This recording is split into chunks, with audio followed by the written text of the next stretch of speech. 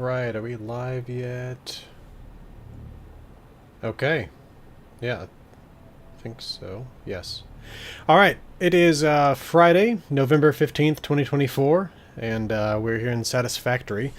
I wanted to quickly apologize for having gotten the date wrong in the last stream. My brother pointed it out to me that I said it was the 11th, and it is not. He called it fake news, which, yes. He was joking, but anyway. So I've been working on the RepCon video pretty extensively for the past few days, so I just wanted to take a little bit of a break from Fallout, and we're here in Satisfactory, where this is my nuclear power plant that I've been working on for a while now.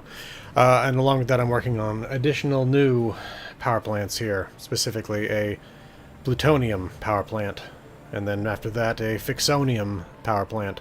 So I thought we'd just play this for a little while, talk about the upcoming videos, and see where that gets us. So, technically speaking, right now, I've got 20 uranium reactors here that are fully online, producing all this waste, and the waste is coming back over here to be converted into plutonium, which is then being turned into plutonium fuel rods. You can see one coming off the line right there. My original goal here was to create a single plutonium fuel rod once every minute, which I do. You can see this one's coming along the belt. And I'm currently storing those all in here so that they can then come off the line and come into the plutonium reactors. But I don't want to do anything with the plutonium reactors until I have something to do with the plutonium waste, which originally in Satisfactory there was nothing you could do with plutonium waste. Now, though, you can turn it into fixonium fuel rods, which can then be inserted into their own reactors. So that's what I'm doing here. Now, in terms of lore videos, again, RepCon, I've been working on that one for the past couple weeks. My hope is that I'm going to have that one out on Monday. We will see soon enough. I've been learning a lot more about the company. Like, it's one of those things where it's like you, at the very least, in my own playthroughs, I never really gave the site too much attention. Like I would do Come Fly With Me, the quest there with Jason Bright, and I would basically just loot the site, go by for the Q35 plasma rifle, but it wasn't something where I really actually spent time learning the story of the company of RepCon, and I now have, and I'm definitely looking forward to talking to you all about it. The one thing I will definitely just start out by saying is that I'm still confused as to what was going on in the TV show with RepCon. It just doesn't really make that much sense when you really just consider the fact that Julia Masters, who was the RepCon rep in the Fallout TV show, and the fact that she's the CFO of the company and was there, it's a little strange. Beyond that, the fact that she wanted them to test the use of a milk delivery robot, and it's why would RepCon be working on a milk delivery robot? First of all, okay, I'm just going to go over that note real quick. So, basically, the game tells us that RepCon was purchased... Man, this is annoying me right now. That RepCon was purchased in 2075 or 2076, sometime between those 2 years. That's at least... We get actually 2 dates from one robot who gives the tour at the RepCon headquarters. And so he says, oh yeah, it's great, because, when the company was purchased by RepCon and by Robco in 2075, it's the purchase was finally completed in 2076. So I think basically what we can take from that is that the company was purchased over the course of time, and that does actually play out a little bit in the lore, where basically they were buying up public shares for a while, looking to actually do a full buyout of the company, and they were having trouble because one of the company managers, Leonard Steeple, was not looking to sell. He had previously fought an acquisition attempt by Poseidon because he didn't like the idea of his company being used for defense contracts. And that's definitely what they would have done with Robco as well. He didn't want that, and so he wanted to fight that as well. Julia Masters actually backstabbed him there, but that's a story for another time. Actually, when I get to telling the full story. The point here is that the company was sold sometime between 2075 and 2076. Now, the fact that Julia Masters was at the meeting at Robco, well, not at Robco, at the at Vault-Tec, the Legion of Doom meeting within the TV show, tells us that the company was still independent at that point in time, meaning we're looking at some time prior to the purchase, so sometime 2075 or prior. Now, as I said in the TV show, well, not, I didn't say in the TV show, but as I said in my review of the TV show, it looked to me like the newspaper from the Capitol Post that was at the Howard House, was from January of 2075, which would line up with that timeline there. So that's something to keep in mind there. 1 second, so that would work with the timeline of the sale in 2075 to 2076. Now, also, there was a short period of time in which Julia Masters was the head of the company while Leonard Steeple was effectively let go. Because, again, she backstabbed it. But again, I'll talk about that more when I talk about the full company. So it could well be that her presence at the meeting is a sign that it was in that brief period of time when Leonard Steeple, VP of Repcon, was out of power. So I guess we could look at it like that. Now, the question, though, is why the milk delivery robot that she wants to use as a stand-in for an overseer? That one I don't understand at all. Repcon started off making fuel for rockets. Then they started making the actual rockets themselves, and then once Robco purchased them, they started making, actually making laser weapons, because, again, Robco was taking advantage of the fact that they had this new company, and it seems like they actually worked on this laser weapon with some technology stolen from Poseidon Energy. But yeah, again, at no point in this were they working on robots. Much less milk delivery robots. And like the point where it does talk about robots, the reason that they're making robots is to mine other exoplanets, or not even exoplanets, other planets within the solar system. That was the whole point of the robots. So it's like the question of what exactly would they have had a use for a milk delivery robot? And again, they only started doing that once Robco bought them out, so what?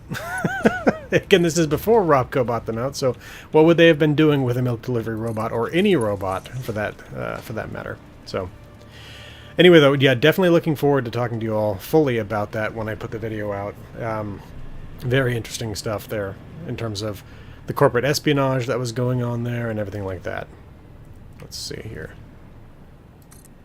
I am running a line of dark matter residue in order to manufacture singularity somethings or other. It'll be my first time making them, so I actually have a full schematic that I drew up a while back that I need to look at, so I know exactly what I'm actually bringing this over here for. I know I need 150, or no, it's 300 dark matter residue, I believe is what it is. Yeah. Some of that is going to be going into making making dark matter crystals. What's the other stuff going to? Making fixonium from the plutonium waste. I guess I can set that up, except for I need the singularity cells, which will also require iron plates, concrete, and the nuclear pasta. I can bring the nuclear pasta over now. So yeah, again though, we've gotten a little bit of insight into the TV show. It definitely looks like that meeting that took place, the Legion of Doom meeting at Vault-Tec, took place sometime in 2075. So we have a little bit of insight there. There's the nuclear pasta. Alright. This is made out of compression cubes or pressure cubes or something like that. And an enormous amount of copper dust. What else to talk about with this stuff? Okay, so in terms of other upcoming lore videos, of course, I've talked about these a little bit in the past, and a little bit every time I talk about, about lore videos. We've got upcoming the video covering the Mothman cults in Fallout 76. Like I said last time, I now have Stephen Scarberry. I can now properly talk about the Mothman cults. Now, along with that, I'm going to be doing a video covering the metro system in Fallout 3. And so I'm looking forward to that as well. And yeah, that's what you've got coming ahead just at the moment. Good lord, I gotta find a better route for this.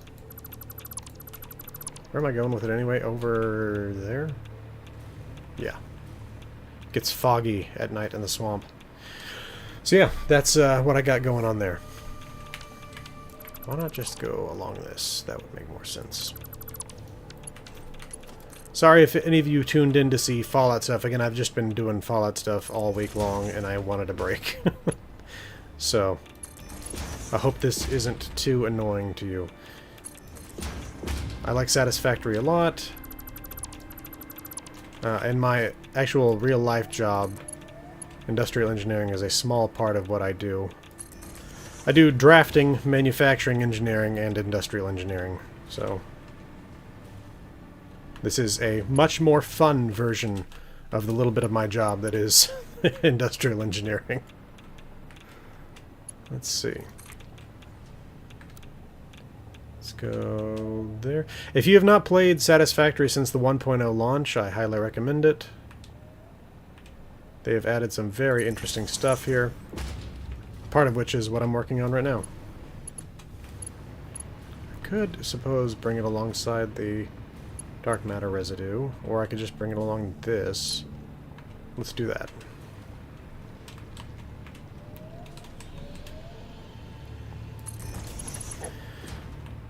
So, what else should I tell you about? I don't know if there's actually too much more to talk about in that area just at the moment. What has happened this week in terms of gaming? Oh, I guess one thing I could say is I tried to, and I don't, again, I could be wrong here, but I'm pretty sure I corrected the Fallout Twitter account today. Because they actually happened to tweet about RepCon, and basically they were saying, oh, the company of RepCon developed the Q35 plasma rifle, and then was later purchased by Robco, and I said, no. From what I'm seeing here in these corporate memos, no. They didn't work on the laser rifle until after they were purchased. Or at the very least, they didn't finish any sort of work on the laser rifle until well after they were finished. And in fact, it basically took took a disaster that took place at RepCon combined with... oh, gotta get around the pipe now that I brought this over here. That combined with information stolen from Poseidon Energy that ended up actually getting them what they needed in order to make that plasma rifle work. So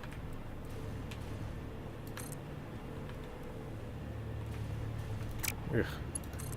I'm really looking forward to, because they added the ability to put in 90-degree angles on belts, which is much appreciated, but they have said that they do not yet have this for pipelines, and it's definitely frustrating.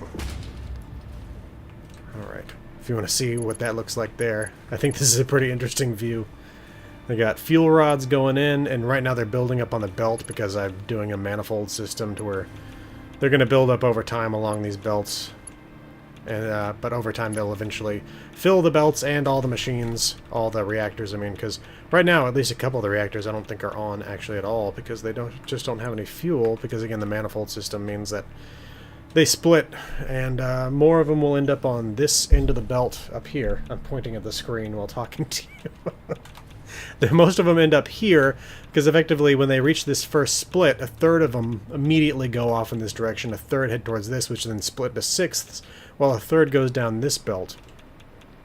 Now, I'm not sure why it hasn't built up almost at all on this one, but I think because it's longer on that side, that's right. Because this is not actually the middle of this, anyway. But yeah, all this nuclear waste going off, glowing. So it's a little bit like Fallout here. Okay. So, I need diamonds. Alright, diamonds can be made in many ways, but the way the game provides you immediately is the ability to turn coal into diamonds, but I have gotten the alternative recipe to turn coal and... Hey, Kingdom of Vinland, welcome to the stream. Hope you've had a good week. I have found the ability to turn coal and quartz crystal into diamonds. So, let's see what I got here. anything helpful in that arena? No. I would have to go all the way up there for that. I do have more quartz here. There's some more coal. Suppose I could make these diamonds up here. I'll probably do that. Let's head up that way. So yeah.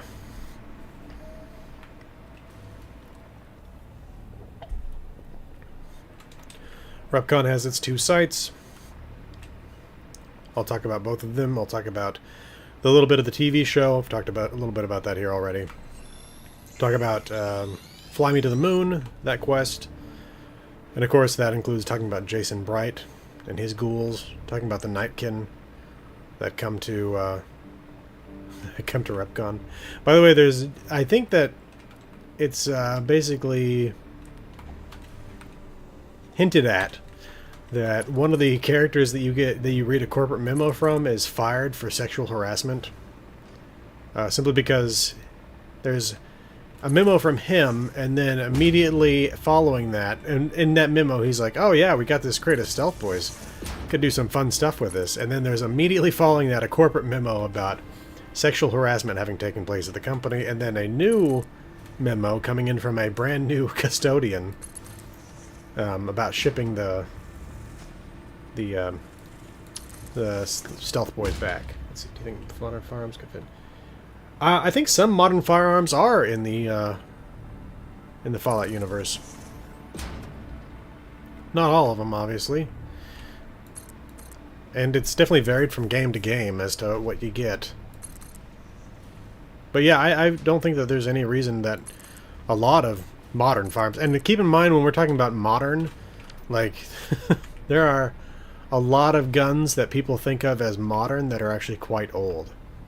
And it's one of those things where I personally don't believe in the whole idea of, like, the schism in Fallout, to where there's, like, basically a point in time at which our timeline splits off from the Fallout universe timeline.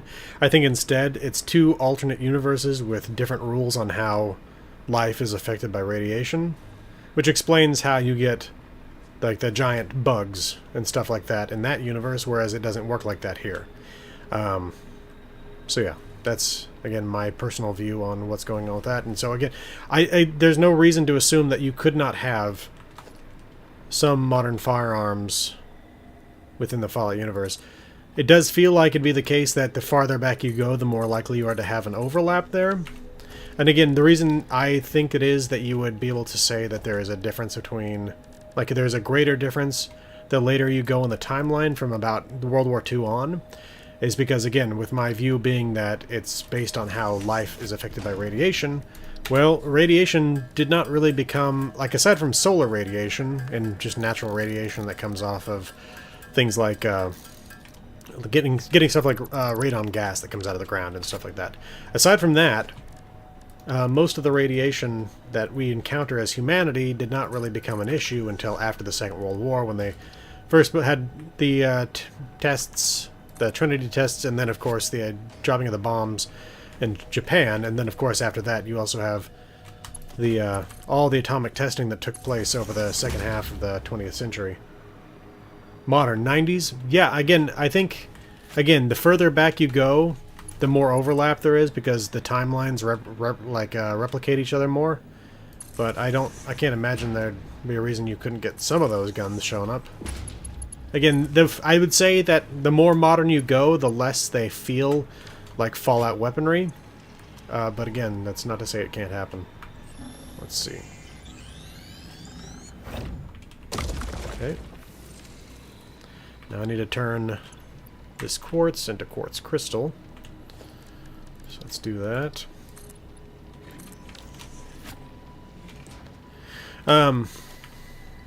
What else? Oh, I'm out of explosives. I forgot about that. That's annoying.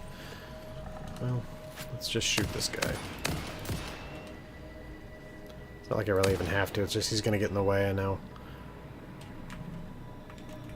So yeah, and let's see. Last time I kind of talked a little bit about what videos remain to cover, like what topics remain to be covered within Fallout 76. And I talked about a few of them, and specifically I talked about the remakes that I'm planning on doing and stuff like that. But just to kind of go over them again, and also to include some other things that I forgot to mention last time, I'm going to do, again, the remakes of a couple of videos of the Civic videos that I've done. But along with that, I'm going to do a video on Charleston. I need to cut down those giant mushrooms. I don't know how loud that is. Hold up. Oh, I need to switch to area mode. Along with that, I need to cover the updates to the factions, probably. I'm not sure if I'm going to do an individual video on that, or if I'm going to cover all the factions all at once. Because, again, like I've talked about it before, there's just not that much to talk about when it comes to updates that have come to the responders. I could talk about Rucker and the other folks, Wagoner and those folks, over at the White Spring, but so far, there's, and of course the folks that are now at Gilman Lumber Mill, but there's just still not that much to talk about. And I've talked about this before as well, to where it's like I could simply just go ahead and make a shorter video.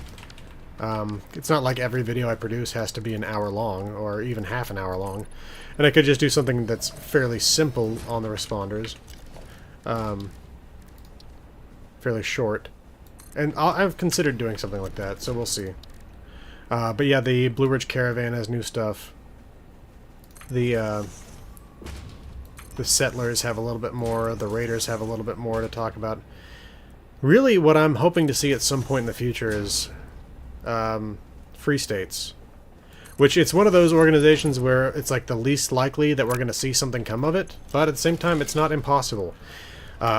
Because we've never had it entirely confirmed. There's a weird looking bug thing. That Abigail Singh is actually dead. Because she was, as far as I can tell, the last remaining member of the Free States who was still alive. And at one point she was going to leave the bunker, but as far as I know, her corpse is not in the game. So it might be the case that she is still alive somewhere out there. I need to figure out how much quartz I need before I go ahead and just start this. So, particle accelerator. No, wait. Converter. What was going on with the pre-war Soviets? Because according to Fallout 3 maps, the USSR had borders in modern Russia. Yeah, that's interesting. Because, yeah, the USSR was still an organization that existed within the Fallout universe. We've gotten multiple accounts of that up to this point. How many diamonds do I need again? I think just 20, so I'm not really going to need that much. Let's see, 20 diamonds, yeah.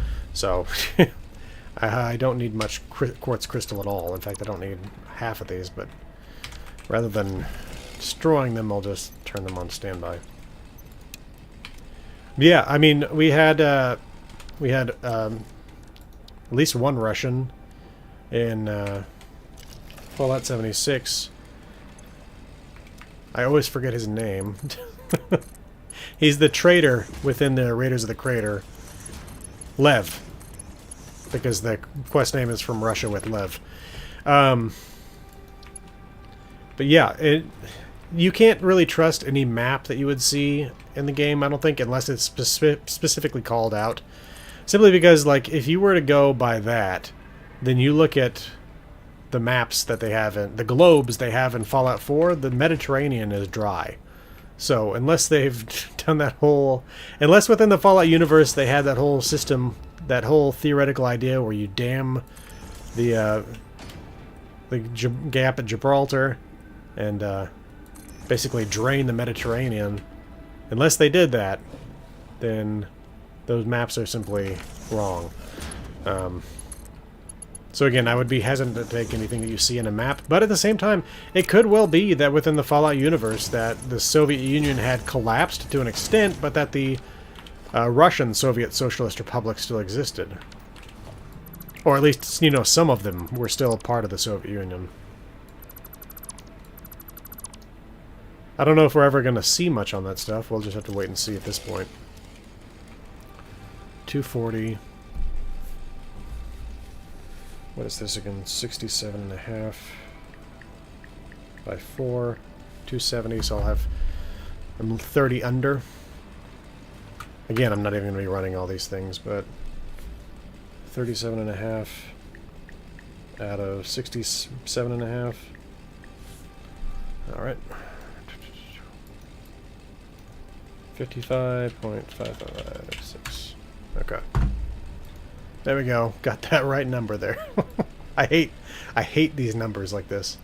Things stuff, probably interesting stuff. The pre-war Soviet Union, like perhaps they got a lot of automation and yeah. No, that'd be interesting. And we kind of actually got a version of that with Atomic Heart. I have yet to play that game, but the stuff I've seen on it is definitely interesting. But yeah, that has the whole... The stuff that I have seen on Atomic Heart is like futuristic Soviet Union where they have a whole lot of automation.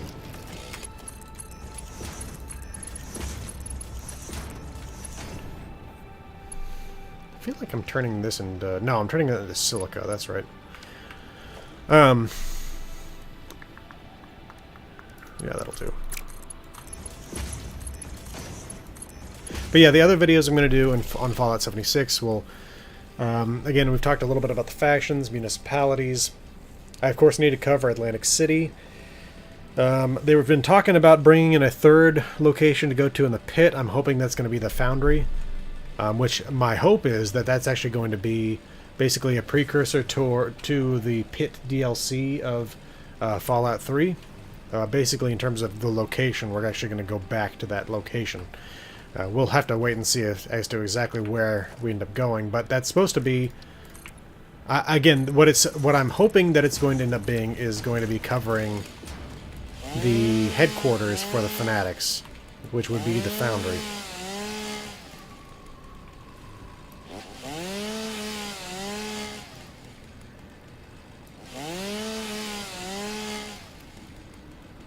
Yeah, it's possible.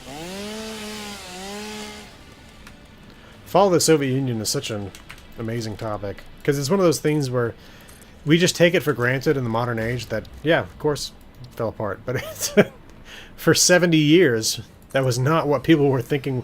There was just like, oh, it's always going to be there. Always going to be this enemy of the United States out there. Did not end up, of course, being the case. And the actual fall of the Soviet Union is such an interesting topic as well, in terms of, like, it's a nuclear power that's disintegrating. And I remember, like, I was a small child when that stuff was going on, but at the same time, I remember, it's like, so much of the post-Cold War concern was that you would have, like, some rogue scientist basically not getting paid, needing to feed his family, and so he's going ahead and just selling off some nukes, you know? And it's like one of those things where it's like, obviously, like, that is a serious concern to have.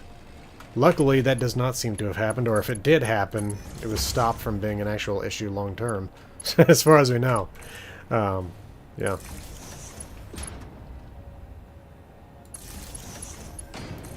Okay, let's see. I actually forgot that I haven't yet to provide power to these things here as well. But yeah, one of the things I've frequently gotten requests on is making videos, or a video covering what happened to the military. And I'd like to do that just for the, the Fallout universe in general, but I'll probably do one of those for Fallout 76 specifically.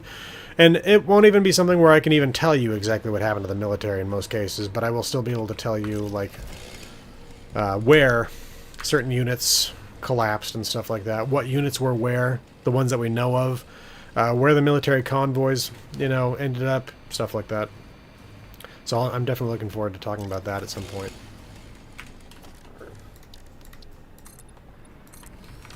I think that's most of what's left in 76, which is one of the reasons why, a few years ago at this point, I don't even remember when exactly, I started branching out into the other Fallouts, which is why, again, I'm covering Repcon now. Really looking forward to getting that one out, just because Repcon is such an interesting organization. Let's see, I need coal, which... Good. I've actually got it coming from the right direction. How much coal am I going to need again? 120 plus 40? 160? Yeah, no, I've... One of the things I would love to see is a military faction, like a government faction that is not the Enclave. And we've seen a little bit of that kind of thing here and there, little bits of it. But I'd love to see... so, specifically, what I've thought about this in the past is, effectively, if they would make it so that Cheyenne Mountain... Because Cheyenne Mountain was, in the past, something that had already been explored in the lore. But that's now in a game that is no longer fully canonical. So, in fact, it's one of those games where it's like, it's only canonical if they want it to be canonical in the moment. So, my hope would be that, and I don't remember which one it is, if it's Brotherhood of Steel or Tactics, that Cheyenne Mountain appears in. But, regardless, what I would love to see happen is there be a government faction there, headed by basically non-Enclave members of the government. So in this case, what we'd be talking about is, I believe I remember correctly here, that one of the people that was not sent an early warning on the day of the bombs was the Vice President, which would indicate to me that he was... Probably he. It is the Fallout universe. I was going to say he or she, and I was like thinking, no, probably not. Was thinking that probably the Vice President was not part of the Enclave, which would be an interesting thing if, like, the Vice President happened to get to Cheyenne Mountain and effectively set up a government there. And if it's one of those things where it's like they actually are trying to do good, you know? Because it's one of those things, too, where it's like in Fallout 76, it actually is the case that a lot of the people who were at the White Spring basically were not on board with Eckhart's idea of continuing the war against the Chinese, where it's like, because they recognized, regardless of, you know, it's like, there's no question of who won or lost anymore. There's no one left. It's like, yes, you can claim that the Enclave is what remains of the U.S. government, but at the end of the day, like, there's no country left to be governed. And so it's one of those things where it's like, instead of continuing the war against the communists, their chief concern should have been rebuilding the country. But did I build this the wrong direction? I think I did. Yes, I did. But Eckhart just was not interested in that. Yeah, it's probably in Tactics. Because Brotherhood of Steel was in Chicago, if I remember correctly. So, which is another no longer canonical game, unless they want it to be canonical. Which there are little bits of that here and there that do seem to be canonical. The fact that there was an Enclave base in Chicago, which has been confirmed by Fallout New Vegas. That, I believe, was something out of Brotherhood of Steel. Where's the coal at this point? Okay, I gotta go that way.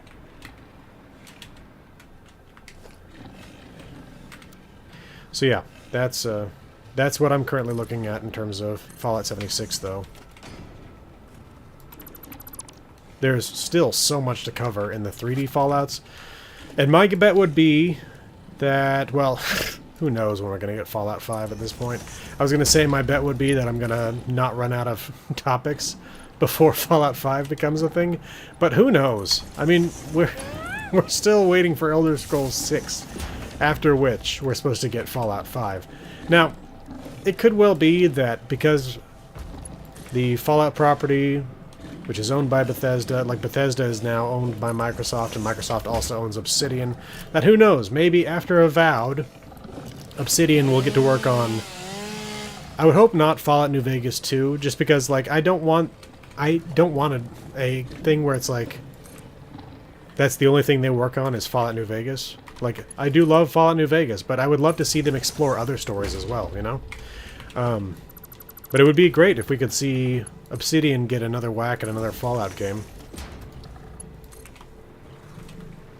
Because they did do a great job with Fallout New Vegas.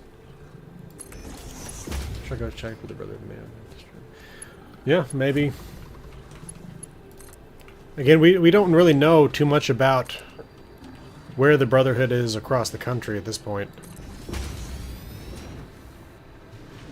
I was doing the whole post thing, but that takes forever, and I'm just looking to get the coal.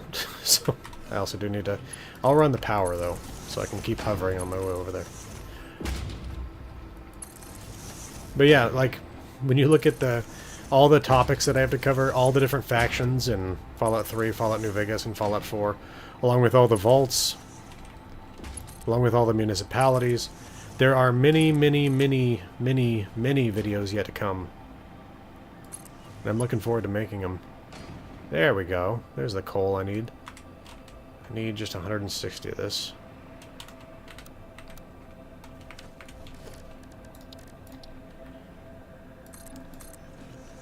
Along with that, going to keep making videos on Starfield. Although at this point, I'm not sure how many more videos there are to make on Starfield. I've made 10 or 11 at this point. I still need to make them on the factions, so there's a few. I need to make a video covering all the side quests in Neon, all the side quests in Aquila City. And then probably just a couple smaller videos. There's really, again, there's not a huge amount to really talk about in Starfield after I've talked about what I have talked about already.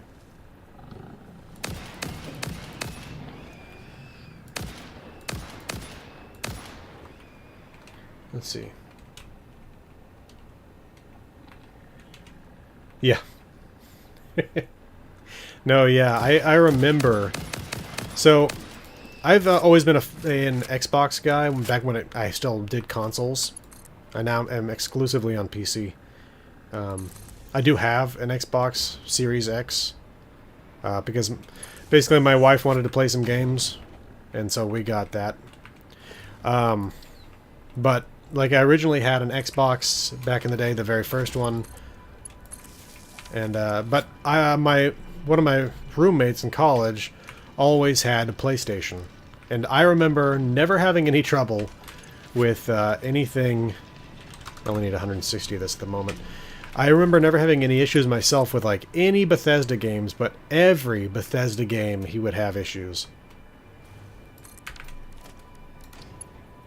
I'm not going to pretend that the original launch of Fallout New Vegas was bug-free on the Xbox 360, though. But yeah, and it's one of those things where it's like, I feel like it was Sony's fault that a lot of this stuff happened. Because again, it seemed to work on the other consoles just fine. But who knows? I don't know. I feel like it has already been adjudicated as to who was at fault for that. I legitimately don't remember at this point who was at fault for the games not really running all that well on PlayStation.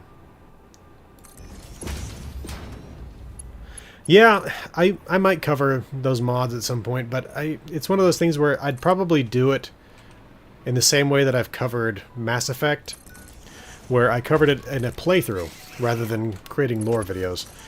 Simply because, again, Fallout London and Fallout Cascadia and what are the other ones, Miami and all the other ones people are working on, they're not lore, you know? And it's one of those things where I generally only actually create lore videos when I'm covering Fallout and stuff like that.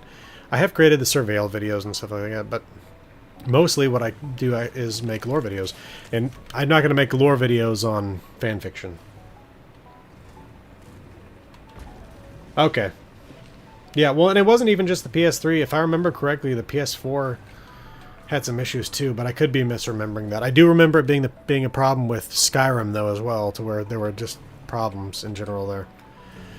Alright, I got diamonds that'll be made here soon. I need water for that, that's right. Okay. Well, there's water right there.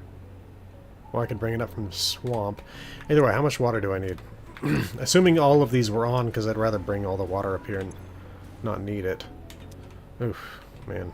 7.5 by 4 is 30. 150? 150 water, okay.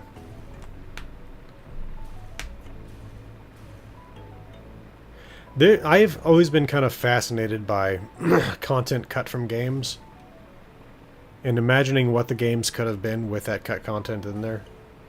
And even sometimes we're talking about games where it's not even like content that was cut, but like where the sheer volume of content that ended up having to be cut would have made it a completely different game. And like specifically something that comes to mind right now. This is Satisfactory. Welcome to the stream, Psy, I'm assuming, or SY. Satisfactory, it's a factory building game made by Coffee Stain Studios. Yeah, Fallout Cascadia, I talked to one of the guys who was a member of the team on that for a while. Can't remember the context of that conversation. Let's see, I need to bring water down here. Oh, I need power though. But again, the game that I was thinking of, geez, Command & Conquer Tiberian Sun. An RTS produced by Westwood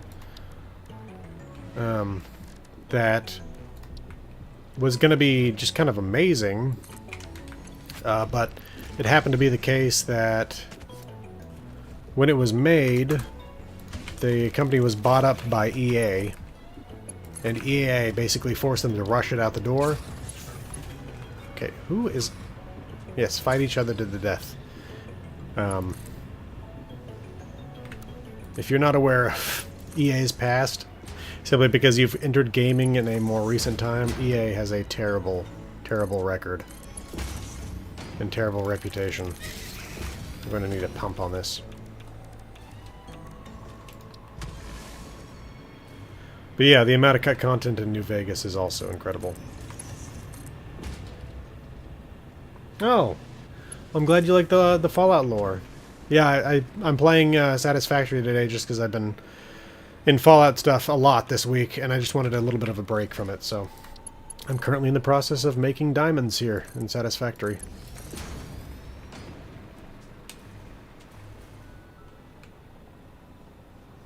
Yeah, there was so much stuff cut from Tiberian Sun. And the stuff that's there is great. Like the world building that they did in that. The concept of Tiberium, especially when you get to the later games, is terrifying. Because originally Tiberium in the very first Command & Conquer game was like, it's like an alien plant or something like that. But what they made it into was like effectively a mineral prion, which if you're not aware of what a prion is, it's like a disease vector that enters the brain and converts the material within your brain into more material like itself. So effectively we're talking about things like mad cow disease. But that's what Tiberium did by Command & Conquer 3. Or Tiberium Wars, or whatever it was. Tiberian Sun, yeah, Tiberian Sun is the one with all the cut content. Need to probably check on whether or not I'm producing enough head lift on this pipe. Yes, I am. Okay. There we go. That's all I need to do now. Oh. Oh, I turned it to a clean pipe, I guess. Not that it matters. Oop. There we go. Now I gotta get the diamonds back over to where I can use them to make dark matter crystals. Let's see. What is gonna be the best way to get those over there? God, part of me says to follow this belt, but that's also such a roundabout way to get there. But any other way is completely unblazed at this point, so I think that's the way to go.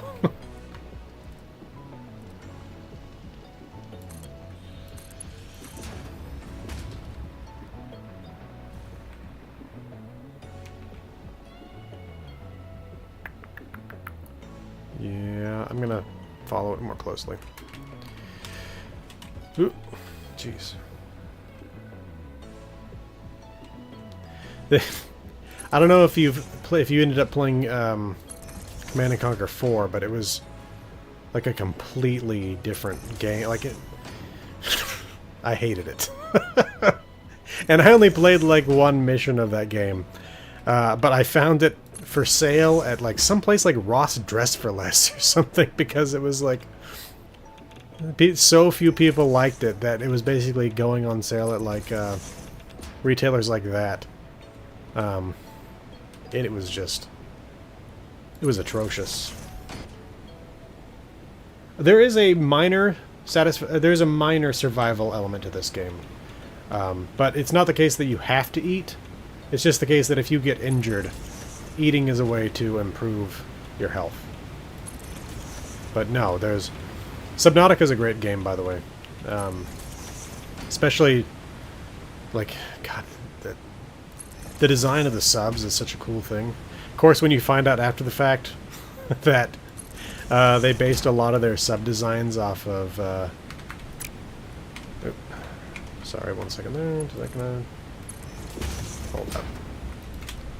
There we go. Occasionally it bugs out like that. They based a lot of their sub designs off of Ocean Gate submarines, which, if you're not if you remember that name just a little bit, but don't remember what it's from, think Titanic disaster of last year. That was an Ocean Gate submarine. That's what the submarines in Subnautica at least got a little bit of their cue from.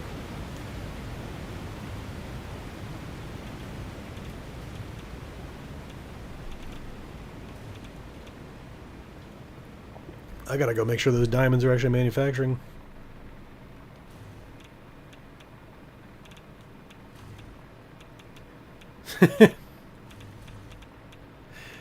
Okay, yeah, the diamonds are coming. Good.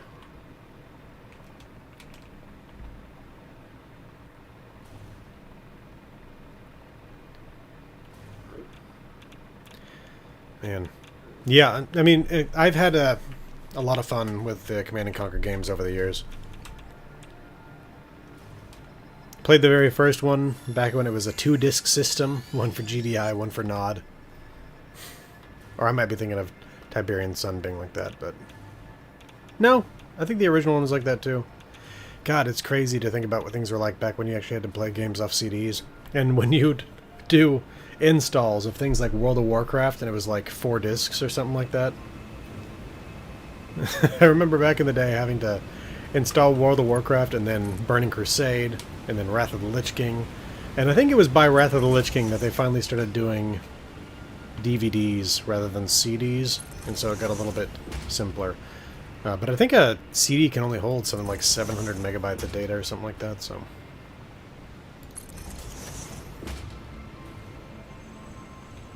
Yeah, that'd be an interesting... That's definitely, I think... I feel like that's what they intended to be the case, that the ending of Red Alert 1 as the Soviets was the beginning of Command & Conquer. It's such a weird thing when you... Because I'm pretty sure, if I'm remembering this correctly, that Red Alert 2 was supposed to basically be taking place in the 70s, which does not seem like that. Everything just does not seem like that, but let's see here. What's the best way to... How about I do this?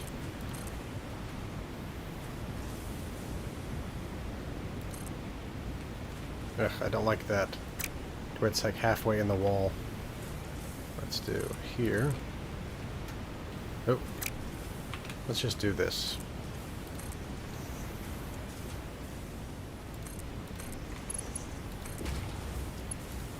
There we go.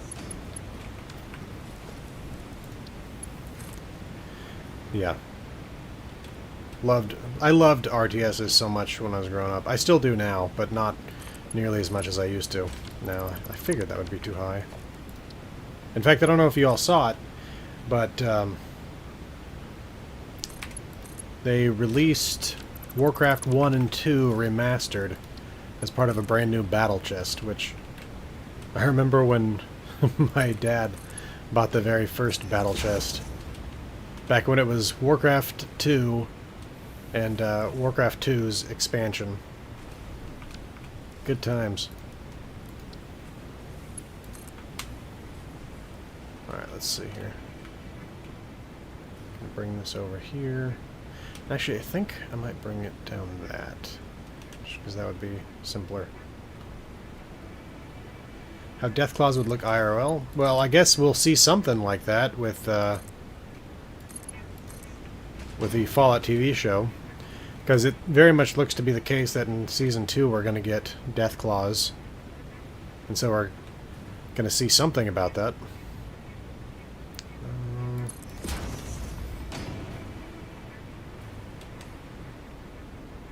Man, I thought I'd be able to get that around there, but I don't think that's going to work. How about... yeah. That'll have to do.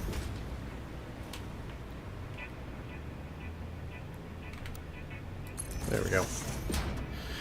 Yeah, Deathclaws would be absolutely terrifying, and glad that they're not a real thing. Oh, man.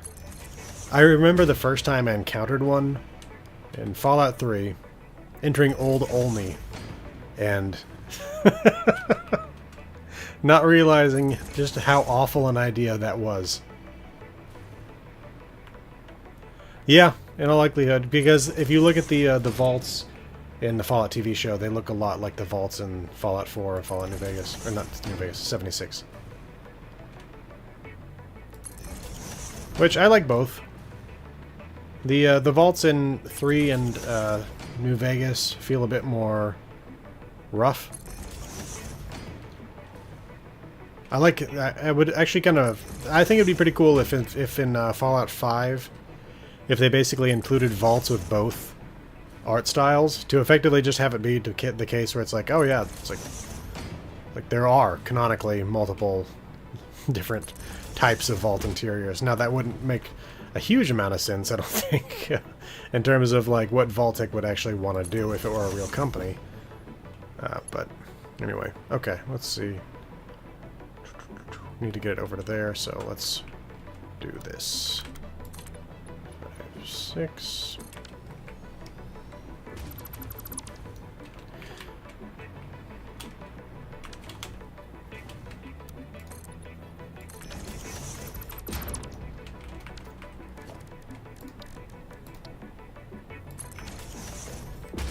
Yeah, I know they're actually already working on the Fallout TV show, which I feel like...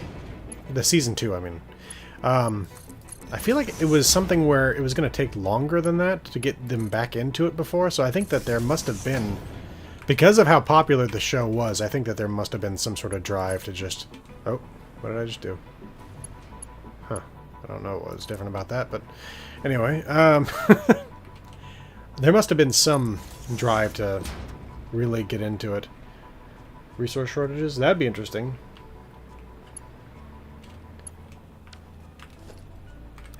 If they gave like a lore reason to why it is that some of them would look a bit rougher on the interior. I mean, they gave us the fact that there was different Vault-Tec solutions to the apocalypse in the TV show. Specifically, I'm talking about they had Vault-Tec's plan A through D, where D was the cyanide pill. But what they gave us with... originally this was just a pathway for uranium waste, but it's going to have to share. But yeah, Vault-Tec Plan C was like... at least the way... if we take the little educational films that Vault-Tec was giving to its salesmen to be canonical, and like what they were really doing, then they were basically had Vault-Tec Plan C, which was like a tent, and then Vault-Tec Plan B was a surface shelter, like a vault, but not buried, which I'm not sure exactly how useful that would be. But then, yeah, Vault-Tec Plan A was the actual vaults themselves. I would love to see them actually implement some of that in the games going forward, to where it's like, we actually see a Vault-Tec Plan B vault. And even if it's just something where it's like, it's not something where it's like, oh, well, why haven't we seen this across the country? If it's like, they built one, because they were basically just like showing people why you need to go underground. Let's see here.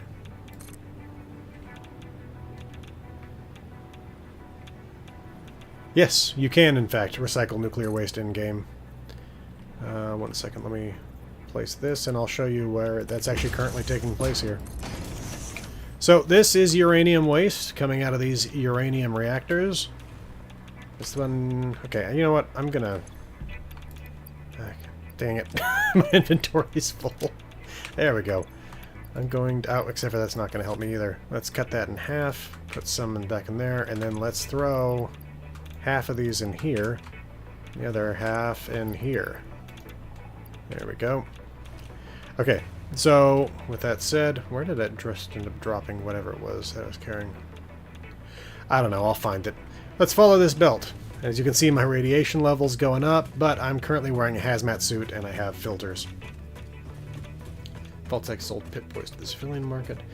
Well, keep in mind that Vault-Tec did not manufacture the Pip-Boys. That was made by Robco, and in fact, in the TV show, we saw that there was a special deal worked out between Bud Askins and Robco in order to add the Pip-Boys to the Vault-Tec program. The Vault program, I mean. I'm trying to remember the name of the program off the top of my head. Societal Preservation Program? Anyway. So, this is where nuclear waste recycling is currently taking place. Some of the waste goes into these blenders where it's turned into non-fissile uranium. Comes out here. And then that is combined with nuclear waste. And goes into these particle accelerators to become plutonium pellets. These plutonium pellets then get turned into plutonium fuel rods. Sorry, one second.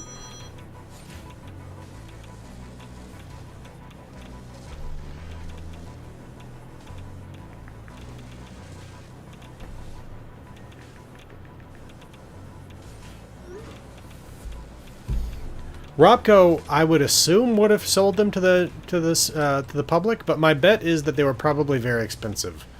I would be willing to bet you that you would not find many people outside of the higher, like the very well off, having them. This is weird. Am I overproducing plutonium cells? Okay, let's see. I need 30 per minute. How many am I producing? 2, 3, 4, 5, 6. I'm producing 30 and using 30. I don't understand what's going on with that. Am I feeding things into this thing too slow? No. I don't know what's going on with that. Anyway, plutonium gets turned into plutonium cells, which then get turned into plutonium fuel rods, which, like I showed earlier... What the hell? Okay, well that explains it. Somehow that got backed up, which means this one has not been operating properly and currently has all these freaking plutonium fuel rods inside of it. Good lord. Okay, we'll fix that. That's definitely an issue with this game, is that occasionally you'll find belts that look like they're supposed to be working and they're not. Anyway. Right. The diamonds should be coming over here. Along with that, I've got the dark matter residue coming over here, which means I should be able to make dark matter crystals. Let's see. Of course, the diamonds are going to probably take a while to actually get here. The belt is moving only at 60 units per minute. Yeah, I don't know. Trying to remember who the Fusion Flea was manufactured by, if that was Chrysalis or not. I loved the fact that they showed us a Fusion Flea in the Fallout TV show. Like, that was amazing. I'm so glad that they did that. Of course, like, I don't know if Bud Askins really strikes me as the type of guy to drive a Fusion Flea. I don't know. It's one of those things where it's like, it feels like he was so dedicated to the program, to like Vault-Tec, that maybe he wasn't really even in it for the money or anything like that, but he was really just into his whole thing of basically building a self-sustaining civilization that would never fall. I don't know. It's just crazy because, like, he seems to me like he would have easily been one of the wealthier people in the country. So, like, obviously nowhere near as wealthy as someone like Robert House. Wait, is that what I'm looking for? Quantum encoder? No, I need... Oh, of course, I overloaded on stuff here. Let's go ahead and build a sink. And industrial storage. But yeah, the fact that he basically just went along with driving like one of the... Like basically the equivalent of a smart car. Which they haven't made those in a few years, I don't think. Those were big following the economic crash in '08. Let's drop some stuff off in here. Most of the stuff I don't need to have on hand. Concrete, I don't... Actually, I'm going to save that. Oh, I got to get rid of some of this. I don't like throwing biomass in the sink because it's technically not renewable. Well, that'll do for now regardless.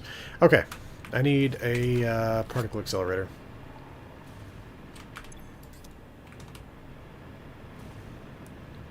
The diamond's still not here yet? No. Wait, is that... Am I seeing them there? No, I'm not. I'm imagining it. Okay, let's put in a single particle accelerator. And let's do it like that. And let's run in this.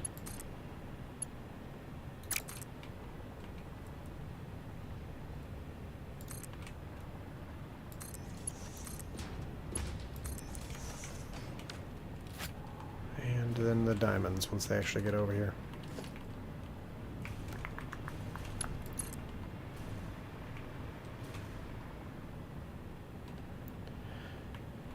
I'm hopeful. It's one of those things. I know I'm probably in the minority in this, but I would like to see more games of different types within the Fallout universe. Like, I'm not stuck on the idea of, like, the game has to be a first-person RPG. Is that belt going the right way? Good. Because, like, I feel like there are certain stories that you just can't tell in that story type. And so I'd like to see... I've talked about this, about one thing in particular before, which would be basically an adventure game where you are... Like, and it could even be like a tactics sort of game, where you're a U.S. Army unit trying to get back home to the United States, who was, like, basically were in China at the time of the bombs, and are trying to get back home to America in the aftermath of the bombs. I feel like that'd be an interesting thing, but that's definitely not something you could do with the standard Fallout formula. I'm trying to remember specifically where I was going with that, but I don't know. Well, again, they wouldn't be the Fallout games of the current type. They would be something that would be set within the Fallout universe. Basically, a way to explore more of the universe that we can't explore with the standard operation, or the standard style of game that we get. Only need 20 dark matter crystals. Let's see here.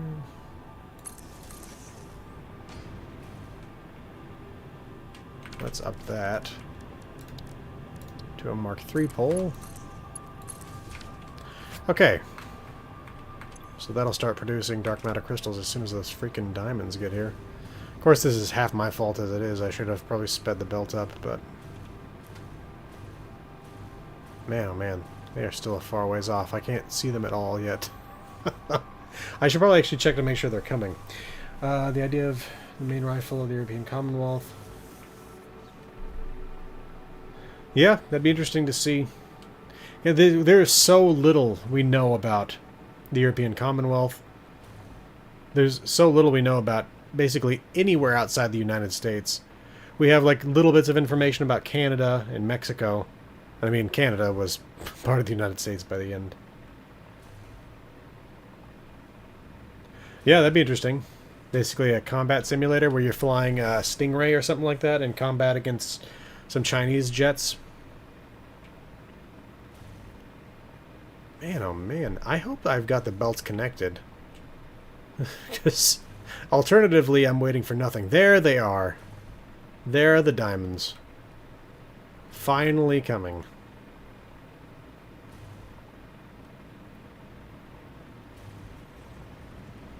There we go.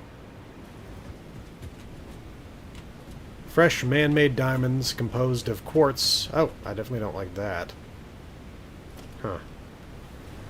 Alright, well, let's fix this. It's like, the game allows you to have things clipping through other things, but I don't like the way it looks. So I'm going to go ahead and set this up like this.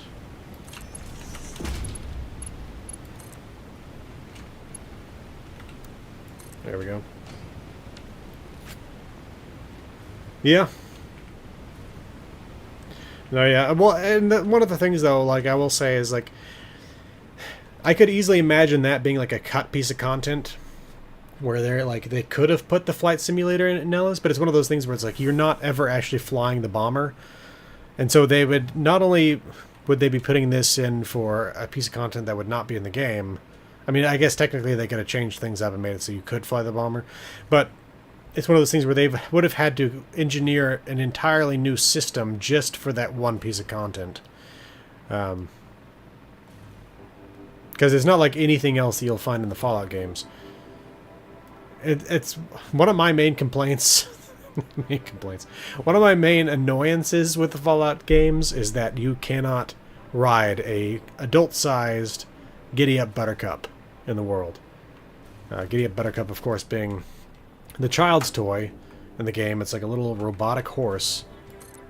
And it's one of those things where it's like, okay, so the world exists where they had these little robotic horses. Now, I get entirely that within the Fallout universe, it's supposed to be the case that all horses are extinct ever since the war. And so, yeah, I get the whole thing where it's like you can't find horses in the world because of that. But they can't have adult-sized Giddy-Up Buttercups. Like, there's nobody that's going to have built those things. And when it comes right down to it, that code exists for riding horses within the creation engine. So, so it's like, we could have had something like that.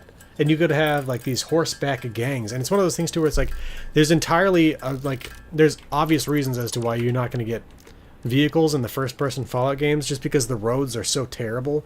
Like, the best thing you're going to get is, like, a motorcycle. But then, at the same time, you get that sort of thing, and you realize, actually, just how small those worlds actually are. Because while they are sizable, there's still something where you'd be able to cross them fairly quickly if you had access to something like a motorcycle. So, I mean, that's my understanding as to why they would never give us access to vehicles. But if they gave us access to horses, I mean, it'd be like in Oblivion or Skyrim, to where you can ride horses around. And again, that code exists within the engine. And we know this because in Fallout 4, they originally had basically magic in the game because they had that leftover code from Skyrim left in the Fallout 4 engine, to where there basically was going to be like a competition between two witch schools, one in Danvers and one in Salem, until they realized, oh yeah, those two cities are too close to each other that with our compressed map they'd be on top of each other. And I'm also very happy they did not do that, because those things would not have fit together well with the Fallout universe. Yeah, robot horses would be absolutely perfect for the New Vegas setting. So, like, the fact that they left it out is just mind-boggling. I don't know if it just didn't, like, if it wasn't something that they thought of. I don't know. But it drives me crazy that we never got anything like that. And I'm hoping that at some point we'll see something like that in the future. Because you can imagine gangs riding on robot horses, you know? Yeah, maybe. Plasma weapons being based on Zetan technology. Gotta turn this into aluminum and then turn that into fixite ore. Not fixite ore, fixite ingots. And then to fixite trigons. But, man.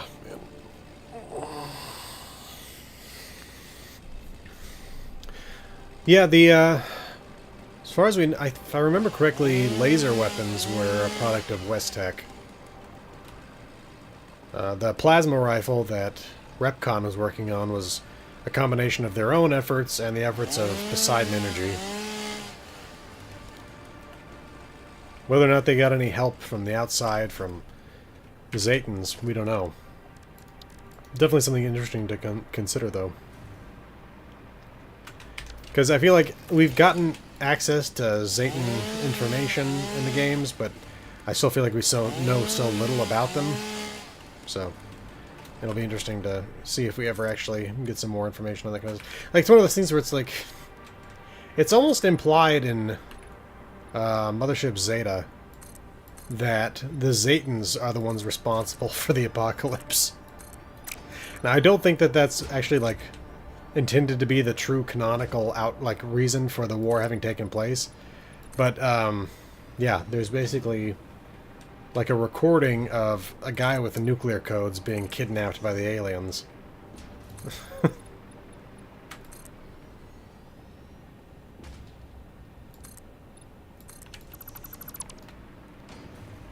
Yeah, we have only fleeting understanding of the Zetans and their uses.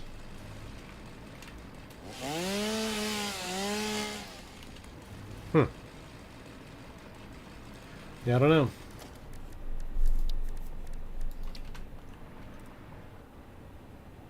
Let's see here.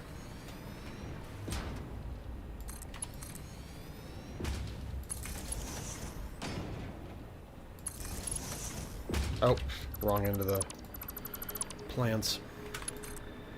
I always forget that the power outlets are on this side on this one.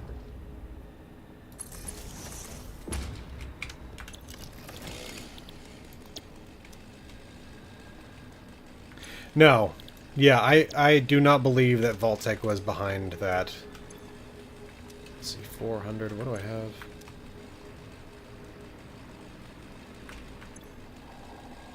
$360. No, I don't need that. I need 280, is it? Unless I make a third one.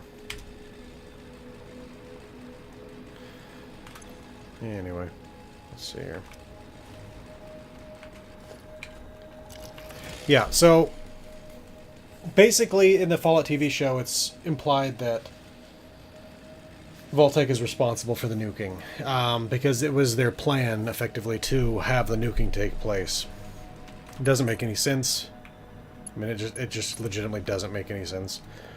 Beyond that, I don't believe that they actually did it.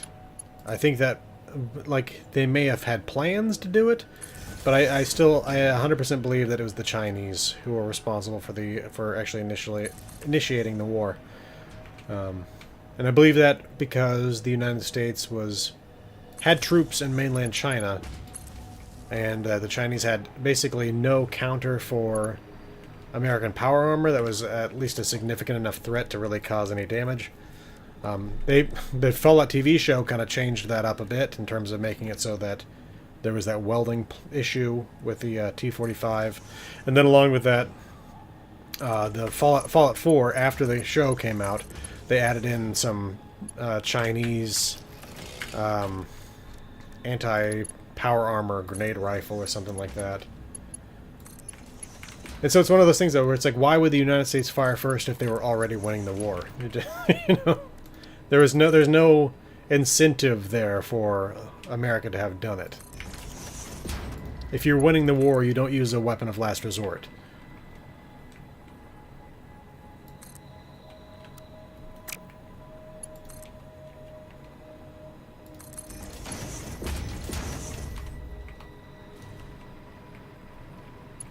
So yeah, I think potentially what happened there was that that Vault-Tec intended to cause a nuclear war. Again, their reasoning doesn't make any sense at all. Nor does anybody cooperating with them to make that happen. It's one of those things where it's like, the second that they said that in the meeting with Robert House, he should have been like, oh, well, I'm out. I'll see y'all later. Like, unless he was basically just hanging out to, like, see what other stuff they said. But, like, at the end of the day, like, it doesn't make any sense. If the bombs go off, it's like, yeah, we're doing this so we make lots of money. It's like, what use is money gonna be when there is no world left? What are you thinking here? It's nonsensical, and it doesn't make any sense. But I think the biggest clue that they didn't actually do it is the fact that Janie was with Cooper Howard on the day of the bombs. Like, I cannot possibly imagine Barb allowing her to be away from her at that time. Wait, I need to put in a merger here. So yeah, the simple fact that, again, Janie was not at a safe point says to me that that Vault-Tec was not responsible. I am actually going to do 600. 540, 540, 540 plus 60 more here. Wait. Am I doing my math wrong here? 360 plus 240, yeah. Alright. No, yeah. Well, and we've seen some Chinese and some power armor in Fallout 76, but it's always stolen. And basically they have gone in and made their own upgrades to it and stuff like that. But yeah, it's American power armor that they have commandeered.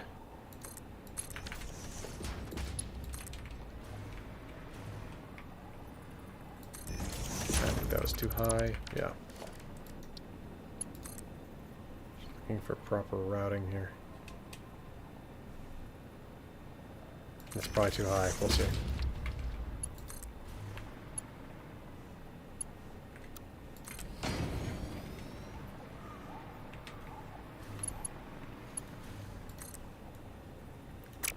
What? Oh, I put it the wrong direction.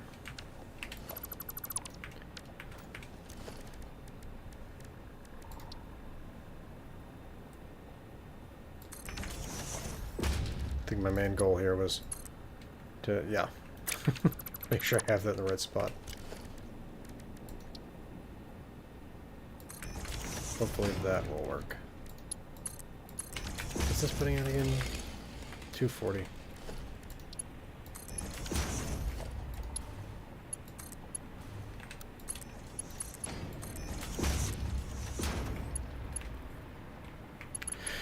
Alright, well, I think I'm gonna close things out here now. Again, things to look forward to. Fallout New Vegas lore video covering RepCon. I'm hoping Monday. Following that, a Fallout 76 lore video covering the Mothman cults. Then after that, I'm going to do Fallout 3 video covering the Metro system. And after that, I will start doing polling as to what the next video is going to be. Oh, I see you got a question here. Factions. Alaskan Fallout game. Yeah, no, absolutely. You could do something where you've got like the remnants of the American forces in Alaska or something like that were there at the time of the bombs that hung around and are now like leading things. You know, that'd be pretty cool. Again, like I also talked about before, potentially a vice president running a non-enclave government faction from Cheyenne Mountain would be pretty cool. But yeah.